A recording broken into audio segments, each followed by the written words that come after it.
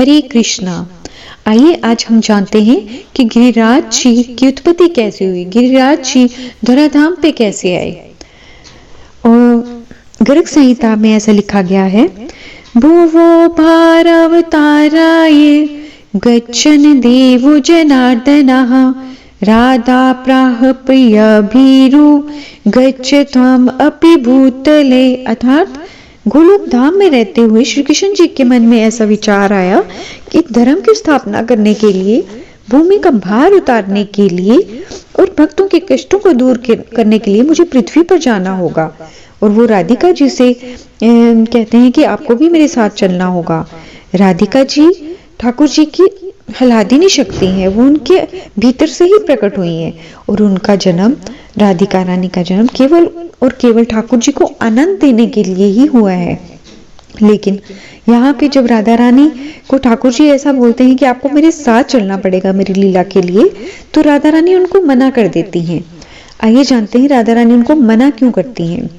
राधा रानी कहती हैं, श्री राधा उवाच यत्र वृंदावनि नास्ति न यत्र यमुना नदी यत्र गोवर्धनो नास्ति तत्र मेना मनः सुख। अर्थात राधा रानी कहती हैं कि जहाँ पे वृंदावन नहीं है, जहाँ पे यमुना नदी नहीं है, जहाँ पे गोवर्धन नहीं है, वहां मेरे मन को बिल्कुल भी सुख नहीं मिलेगा।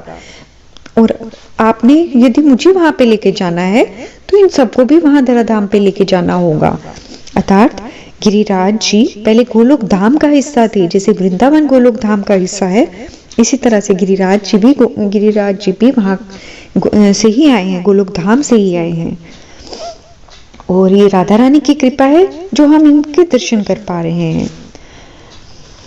अब ये कहा गया गर्ग संहिता में कि गिरिराज जी द्रोणांचल के यहाँ गिरिराज जी प्रकट हुए। जैसे हम कह सकते हैं कि द्रोणांचल पर्वत के यहाँ पुत्र रूप में गिरिराज जी प्रकट हुए। अब पुलस्त्य ऋषि जी वहां से जा रहे होते हैं और जैसे वो गिरिराज जी को देखते हैं तो उनके मन में ऐसी कामना होती है कि इन्हें बनारस काशी लेके जाया जाए तो कितना अच्छा होगा। वो शिव जी की नगरी है और वहां पे ये गिरिराज जी स्थापित हो जाए तो बहुत आनंद हो जाएगा। अब पुलस्त्य ऋषि जी द्रोणांचल जी से ये अपनी मांग रखते हैं। अब द्रोणांचल जी बहुत ज्यादा विचलित हो जाते हैं क्योंकि उनका पुत्र उन्हें बहुत प्रिय होता है, गिरिराज जी उनको बहुत प्रिय होते हैं। लेकिन फिर भी वो अपने मन पे पत्थर रख के गिरिराज जी से कहते हैं कि आपको पुलस्त्य ऋषि के साथ जाना होगा, ऐसी उन्हें आज्ञा देते हैं। अब पुलस्त्य ऋषि से गिरिराज जी कहते हैं कि आप मुझे कैसे लेके जाएंगे। पुलस्त्य ऋषि जी कहते हैं कि वत्स तुम इसकी चिंता मत करो, मैं तुम्हें अपने हाथ की अंजलि पे बहुत सुविधा पूर्वक लेके जाऊंगा। इस पर गिरिराज जी कहते हैं कि ऋषिवर आप मुझे यहाँ से अंजलि पे उठा के पूरा वहां पे जहाँ पे आपको लेके जाना है बनारस काशी, वहां तक अपनी अंजलि में ही लेके जाएंगे। आप रास्ते में कहीं पे अगर रुके या आपने मुझे नीचे रखा तो मैं वहीं पे स्थापित हो जाऊंगा, फिर मैं वहां से उठूंगा नहीं। पुलस्त्य ऋषि जी कहते हैं कि ठीक है, मुझे मंजूर है। अब पुलस्त्य ऋषि जी उनको लेके जाते हैं अपने हाथ की अंजलि पे। अब क्या होता है कि रास्ते में गिरिराज जी जैसे ही मथुरा वृंदावन के ऊपर से निकलते हैं तो उनके मन में ऐसा विचार आता है कि मेरा जीवन तो ठाकुर जी के लिए हुआ है और मुझे यहाँ से आगे नहीं जाना। इस पर गिरिराज जी अपना वजन बढ़ाने लगते हैं वहां पे और इतना ज्यादा वजन वो बढ़ा लेते हैं कि पुलस्त्य ऋषि जी वो प्रतिज्ञा तो भूल ही जाते हैं कि इनकी प्रतिज्ञा क्या थी। वो उन्हें नीचे रख देते हैं, वहां पे मथुरा वृंदावन के पास ही वहां पे रख देते हैं। और क्या होता है कि गिरिराज जी तो वहां पे स्थापित हो जाते हैं और जब वो पुनः उन्हें उठाने का प्रयास करते हैं तो पुलस्त्य ऋषि जी से वो उठाए नहीं जाते। तब उन्हें याद आता है कि ये क्यों नहीं उठ रहे और वो उनसे कहते हैं कि गिरिराज जी आप यहाँ से उठिए, आपकी प्रतिज्ञा तो मुझे ध्यान में आ रही है, लेकिन फिर भी आपको मेरे साथ चलना होगा। लेकिन गिरिराज जी मना कर देते हैं। वो कहते हैं कि नहीं, मैं भी अपनी प्रतिज्ञा कर चुका हूँ, आपने मुझे यहाँ पे नीचे रखा है, अब मैं यहाँ पे स्थापित हो चुका हूँ, मैं आगे नहीं जाऊंगा। तब जो पुलस्त्य ऋषि होते हैं बहुत क्रोधित हो जाते हैं और गिरिराज जी को वो श्राप देते हैं और उनसे ये कहते हैं कि आप तिल तिल करके आप घटते जाओगे। और कहा जाता है कि तब से गिरिराज जी आज तक तिल तिल करके वो घटते जा रहे हैं। और आप जानते हैं कि ये गिरिराज जी रामावतार में भी हुए। रामावतार के समय भी हनुमान जी जब सेतु बांध रहे थे, तब गिरिराज जी को साथ में लेके जाने का प्रयास कर रहे थे और वहां पे सेतु जो है वो पूरा बंद जाता है और वो गिरिराज जी को वहीं पे रख देते हैं। इस पर गिरिराज जी बहुत दुखी होते हैं कि मैं तो राम जी की सेवा में काम ही नहीं आ सका। वो उनको बहुत ज्यादा कष्ट होता है और वो राम जी से प्रार्थना करते हैं, उनसे कहते हैं कि प्रभु मेरी क्या भूल हो गई जो मैं आपकी सेवा में नहीं लग पाया। तब राम जी उनसे कहते हैं कि हे गोवर्धन, आज अगर तुम मेरी सेवा में लगते तो तुम मेरे चरणों के नीचे रहते। सेतु बंधता तो वो चरणों के नीचे ही रहता ना।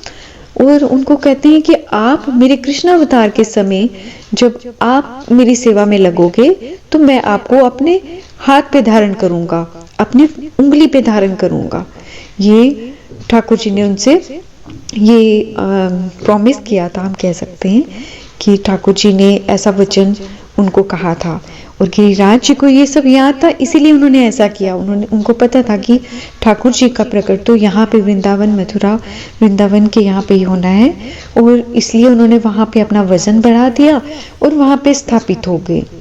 अब जब ठाकुर जी वहाँ पे प्रकट हो जाते हैं और उनकी बाल लीलाएं चल रही होती हैं, जब वो 7 साल के होते हैं तो वो क्या देखते हैं कि जो इंद्र होते हैं ना, इंद्र बहुत ज्यादा अभिमान से भर जाते हैं और ठाकुर जी किसी का अभिमान रहने नहीं देते, हर किसी का अभिमान वो भंग करते हैं। ठाकुर जी से रहा नहीं गया, सभी इंद्र देव की पूजा के लिए प्रयास कर रहे होते हैं, बहुत व्यंजन बन रहे होते हैं और ठाकुर जी सबको कहते हैं कि आप क्या कर रहे हैं, आप इंद्र को प्रसन्न करने के लिए ऐसा कर रहे हैं, इंद्र से हमें क्या मिलता है, अगर आप पूजा नहीं भी करोगे तो भी हमें वर्षा तो मिलेगी। आप इंद्र की पूजा के बजाय गिरिराज जी की पूजा करो, वहां पे कितनी हमारी गायों का पोषण होता है और कितना हवा आंधी तूफान से हमें वो गिरिराज जी बचाते हैं, हमें उनकी शरण में जाना चाहिए। इसलिए उन्होंने सभी अपने जो ब्रजवासी थे उन सबको अपने पीछे लगा दिया और गिरिराज जी की पूजा करवाई। कहा जाता है जब कोई पूर्ण रूप से ठाकुर जी की शरणागत हो जाता है, ठाकुर जी तभी कृपा करते हैं। और ब्रजवासियों को देखो कैसे वो उनकी बात पे उनके पीछे पीछे चल देते हैं। इतनी ज्यादा बारिश हो रही होती है, इतना सब कुछ होता है और सभी, किसी ने ये प्रश्न नहीं किया कि कान्हा इतनी बारिश में हमें बाहर जाने के बजाय हमें अपने घरों में बैठना चाहिए, किसी ने ऐसा नहीं कहा। बस जहाँ पे ठाकुर जी उनको लेके गए, सभी उनके पीछे पीछे चलते गए और वो उनकी लीला को समझने का प्रयास ही कर रहे थे। तो भी एकदम से क्या होता है कि ठाकुर जी गिरिराज जी को अपनी कनिष्ठिका पे धारण कर लेते हैं और ये लीला थी गिरिराज जी की। ब्रजवासी कैसे शरणागत होते हैं, आइए भजन के माध्यम से जानते हैं। श्री गिरिराज तरन हम तुम्हारी शरण, जय गिरिराज तरन प्रभु तुम्हारी शरण, प्रभु तुम्हारी शरण, प्रभु तुम्हारी शरण, गिरिराज तरन प्रभु तुम्हारी शरण। भगवान ब्रजवासियों की प्रार्थना को सुनकर गदगद होने लगे। वो कोई तो केवल अंजलि लेकर प्रतिज्ञा करता है, लेकिन ठाकुर जी ने रामावतार के समय समुद्र को साक्षी रहकर ये संकल्प किया था कि जो भी ये बोलेगा कि मैं आपका हूं, जो मेरी शरण लेगा मैं उसकी रक्षा करूंगा, ऐसी प्रतिज्ञा की है ठाकुर जी ने। इसीलिए कहते हैं कि हमें हमेशा कहना चाहिए, हम तुम्हारे थे प्रभु जी, हम तुम्हारे हैं, हम तुम्हारे ही रहेंगे, ओ मेरे कृष्ण। तुम हमारे थे प्रभु जी, तुम हमारे हो, तुम हमारे ही रहोगे, ओ मेरे कृष्ण। तुम्हें छोड़े सुन नंद दुलारे, और न कोई सहारा, तुम्हें छोड़े सुन नंद जो के प्यारे, और न कोई सहारा। अभी तो आकर बाँह पकड़ लो, ओ मेरे कृष्ण। तुम हमारे थे प्रभु जी, तुम हमारे हो, तुम हमारे ही रहोगे, ओ मेरे कृष्ण। इसी तरह से सभी ब्रजवासी पुकारते हैं, जय गिरिराज धरन, हम तुम्हारी शरण। श्री गिरिराज धरन, हम तुम्हारी शरण, हम तुम्हारी शरण, हम तुम्हारी शरण। श्री गिरिराज धरन, प्रभु तुम्हारी शरण। श्री वल्लभ विठ्ठल गिरधारी, श्री वल्लभ विठ्ठल गिरधारी, श्री यमुना जी की बलिहारी, श्री यमुना जी की बलिहारी। जय अविनाशी गोवर्धन नाथ, अविनाशी गोवर्धन नाथ, महाप्रभु श्री विठ्ठलनाथ, महाप्रभु श्री विठ्ठलनाथ। जय वल्लभ विठ्ठल गिरधारी, श्री यमुना जी की बलिहारी। श्यामा प्यारी कुंज बिहारी, जय जय श्री हरिदास दुलारी। श्यामा प्यारी कुंज बिहारी, जय जय श्री हरिदास दुलारी। गिरिराज धरन, हम तुम्हारी शरण। चलो सखी वहाँ जाइए, जहाँ श्री गोवर्धन नाथ, कृपा सिंधु दया सिंधु, करुणा में श्रीनाथ।